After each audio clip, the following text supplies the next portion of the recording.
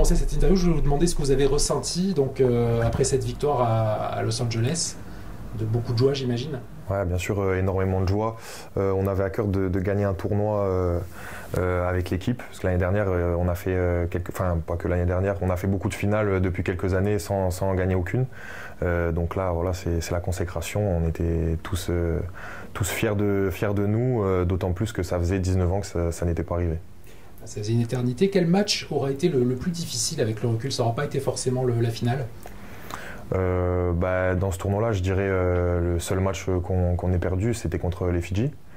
C'était un match intense avec qui malheureusement on a perdu, mais ça se joue à des détails, on perd de pas beaucoup. Donc voilà. Alors vous avez marqué en demi-finale contre l'Irlande, vous avez marqué en finale contre la Grande-Bretagne.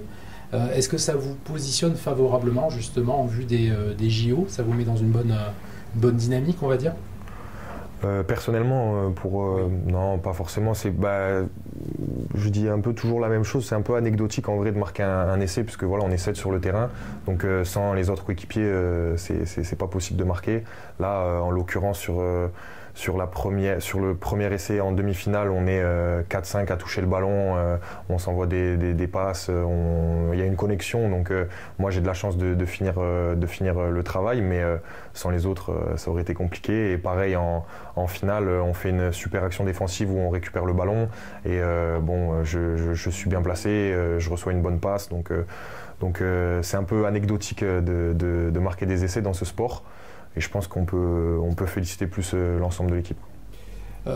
Avant cette victoire, est-ce que vous aviez senti que le groupe progressait, que l'équipe avait atteint un autre niveau finalement au fil du temps sur les derniers mois? Ouais, bien sûr. Depuis le début de l'année, on monte en puissance tournoi après tournoi.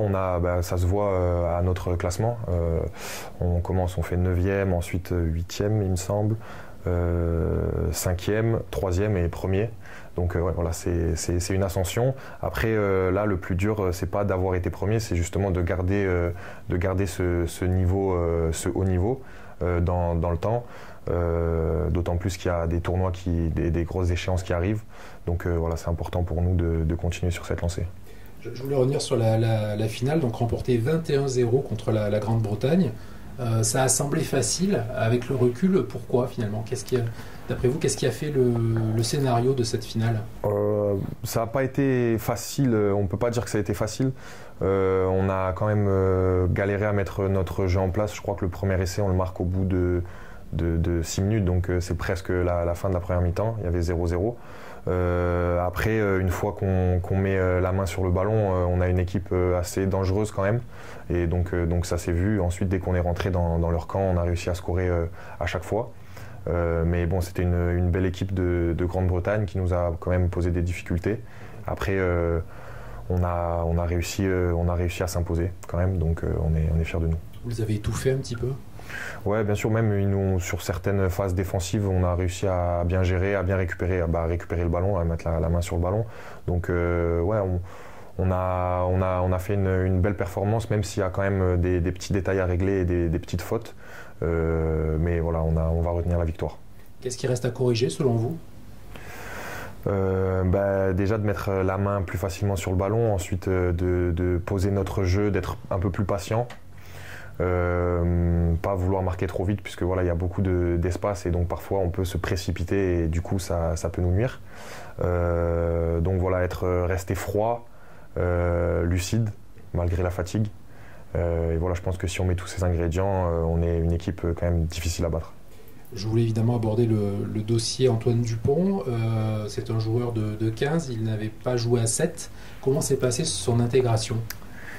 Mais je pense que ça s'est vu, ça s'est plutôt bien passé. Il a été dans l'équipe du tournoi durant les 2 tournois auxquels il a participé. Donc non, c'est vrai que c'est une plus-value pour nous.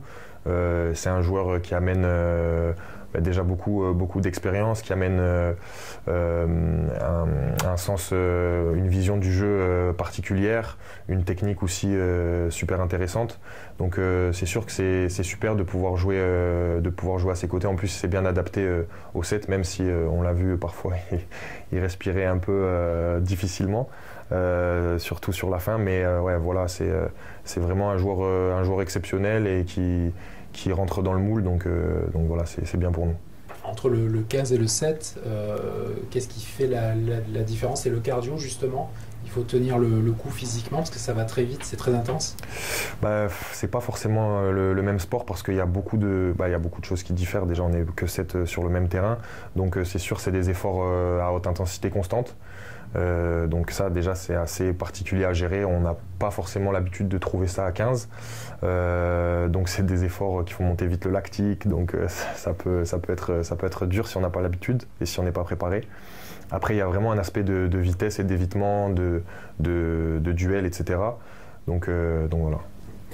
Antoine Dupont, il a apporté quoi votre collectif, sa vision du jeu, qu'il a à 15, est-ce qu'il a cette vision aussi à 7?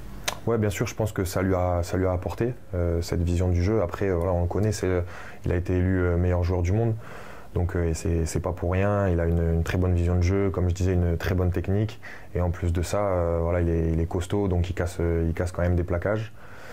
Donc voilà, il s'est bien adapté au set, ouais. Médiatiquement, Antoine Dupont prend toute la lumière. Est-ce que c'est parfois pas un petit peu agaçant finalement pour le reste de l'équipe? Non, pas du tout. Je pense qu'au contraire, c'est quelque chose de bien pour le rugby à 7, puisque ça met la lumière dessus, parce que c'est un super sport qui est un peu méconnu du grand public. Donc le fait que Antoine soit là, il y a beaucoup plus de gens qui regardent, et je pense qu'il y a beaucoup de gens qui y prennent goût. Donc c'est pas du tout négatif pour l'équipe, bien au contraire. Alors, avant Antoine Dupont, le rugby à 7 ne gagnait pas, il était pas loin mais ne gagnait pas, il est là. Alors est-ce qu'il y a vraiment un effet Antoine Dupont ou est-ce que c'est une invention de journaliste? Ouais, je pense qu'on pourra jamais le savoir, mais je pense que déjà on a construit une belle équipe ces dernières années. Ça fait vraiment quelque temps que l'équipe évolue de manière positive. L'année dernière, on a quand même réussi à aller plusieurs fois en finale. Malheureusement, c'est vrai qu'on avait toujours les petits détails qui nous faisaient perdre et qui nous permettaient pas de remporter l'or. Après, là, c'est vrai qu'il a été là. On a fait un bon tournoi. Lui, il a été très bon aussi. Il a vraiment apporté à l'équipe. Donc voilà, est-ce que s'il n'avait pas été là, on aurait gagné? On ne saura jamais. Mais bon, en tout cas, je pense que chaque joueur est important au sein de l'équipe. Chaque joueur est une pièce très importante qui crée l'ossature de l'équipe, et voilà, grâce à elle, on a gagné un tournoi. Alors, je crois qu'il reste désormais 2 World Series, il reste Hong Kong et Singapour. Le plus important, ça sera de faire quoi? Ça sera de gagner ou de continuer à travailler en prévision des JO? Je pense qu'en gagnant, forcément, on travaillera de manière positive et on prendra de la confiance. Non, mais le fait de gagner un tournoi, déjà, ça nous a mis en confiance, ça nous a donné une certaine sérénité. Donc c'est de bon augure pour la suite. Après, c'est sûr qu'on va aborder tous les tournois de la même manière que celui-là, en voulant le gagner, quoi. Après, ce qui est important surtout, c'est de finir dans les 8 premiers à la fin de Singapour, puisqu'ensuite on a Madrid qui est les phases finales en gros du World Series. Et après, bon, même si on gagne pas les 2 prochains tournois et qu'on gagne le dernier, on sera champion quand même. Donc je pense que c'est ça surtout l'objectif. Donc vous êtes passé par Nice, par Toulon, par Oyonnax. Vous êtes actuellement joueur de top 14 à Castres. Je voulais vous demander qu'est-ce qui vous a décidé à vous tourner vers le rugby à 7? Je faisais déjà du rugby à 7 depuis 2019. J'étais dans l'équipe et c'est vraiment un jeu que j'affectionne beaucoup parce que on touche beaucoup de ballons, on prend énormément de plaisir sur 15 minutes. Sur 14, pardon, mais voilà, sur un match de 14 minutes. Pardon, je me suis perdu. Mais du coup, oui, pardon. J'ai été au sein de cette équipe pendant quelques temps. J'avais à cœur de faire les JO à Tokyo. Malheureusement, on ne se qualifie pas. Donc ça a été vraiment une grosse frustration pour moi parce que j'avais vraiment envie de participer au jeu. Et j'ai toujours été en contact du coup avec Jérôme, l'entraîneur du 7. Et je lui ai fait part du coup de ma volonté de participer de participer aux Jeux Olympiques. Et on a décidé ensemble, le Castres du coup a été très compréhensif sur ce point-là et m'a mis à disposition complètement de l'équipe de France A7 cette année. Donc je les remercie déjà pour ça. Mais voilà, au moins ça me permet d'être plus prêt physiquement pour les échéances. Du coup, le plaisir, il y en a beaucoup à 7, mais vous prenez plus de plaisir à 7 aujourd'hui ou ça reste quand même le 15? C'est quand même deux sports qui sont différents. C'est pas la même. Si on parle vraiment du plaisir pur sur le terrain. Plaisir pur.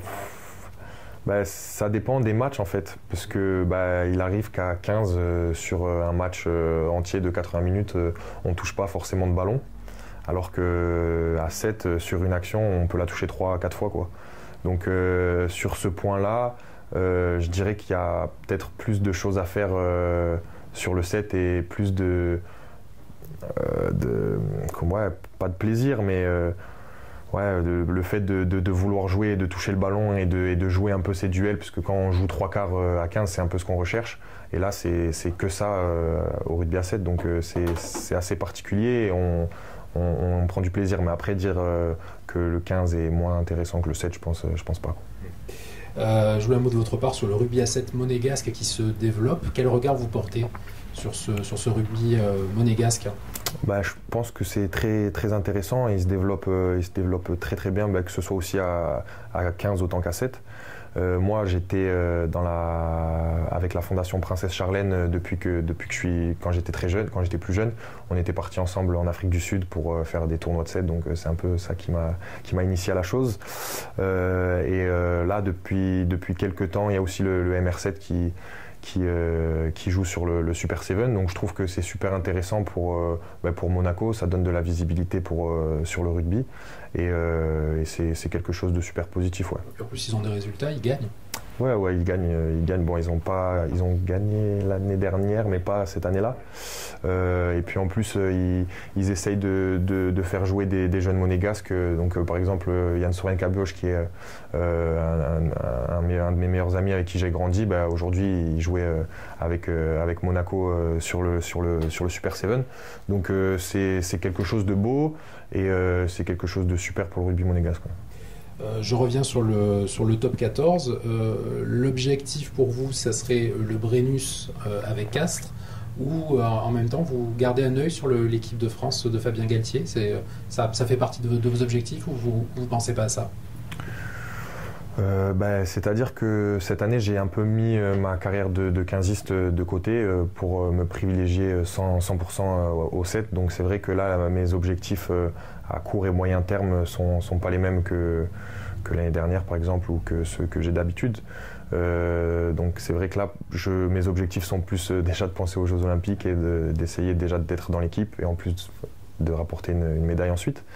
Une médaille d'or. Mais après, oui, c'est vrai, quand on joue à 15, on est des compétiteurs et on joue déjà pour la gagne, donc pour le Brennus dans notre club, et forcément pour avoir le coq sur le cœur avec le 15 de France, quoi.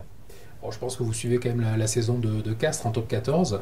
Je voulais un mot de votre part sur le parcours de vos coéquipiers. Qu'est-ce que vous en pensez et comment vous voyez leur fin de saison? Ça se passe plutôt bien. Là, si la saison se terminait tout de suite, on serait qualifié pour les phases finales.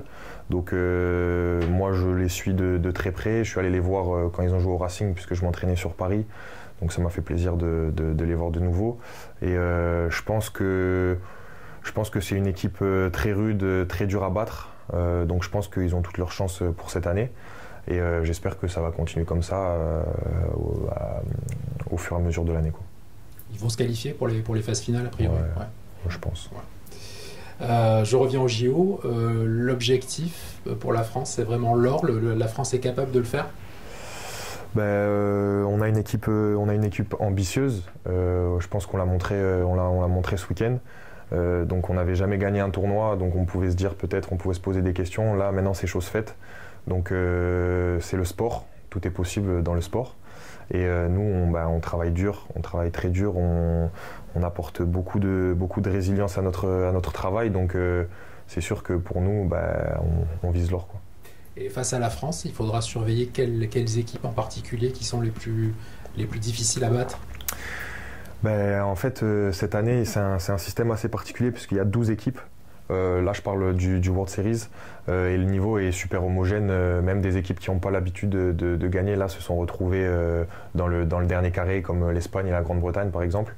Donc, je pense que toutes les équipes sont à suivre et sont difficiles à battre. Donc, il faudra les prendre les unes après les autres et mettre tous les ingrédients pour gagner. Mais je pense que notre équipe a la capacité de battre toutes les équipes. Je pense qu'on les a toutes battues au moins une fois. Après, je pense que notre pire adversaire, c'est nous-mêmes, puisque quand on met la main sur le ballon, on est très dangereux. Et voilà, juste, faut pas qu'on déjoue et qu'on joue notre jeu, quoi. Et quels sont les principaux atouts justement de cette équipe de France? Quels sont ses points forts? Je pense qu'on est une équipe quand même qui est crainte par les autres parce qu'on a une dimension physique dans l'équipe qui est quand même assez importante. Il y a beaucoup de joueurs qui sont costauds, grands et qui vont en plus de ça très vite. Bon, je me compte pas dedans, mais mais il y en a certains qui vont très très vite. Et ouais, je pense qu'on met beaucoup d'agressivité. Parfois, ça peut nous nuire parce que du coup, on s'expose aux fautes. Mais je pense que voilà, on est une équipe quand même assez dense physiquement, en plus de ça très mobile. Donc je pense que c'est ça nos qualités. À titre personnel, une médaille d'or au JO, au bouclier de Brennus avec Castres, si vous pouviez choisir, qu'est-ce qui vous rendrait le plus heureux?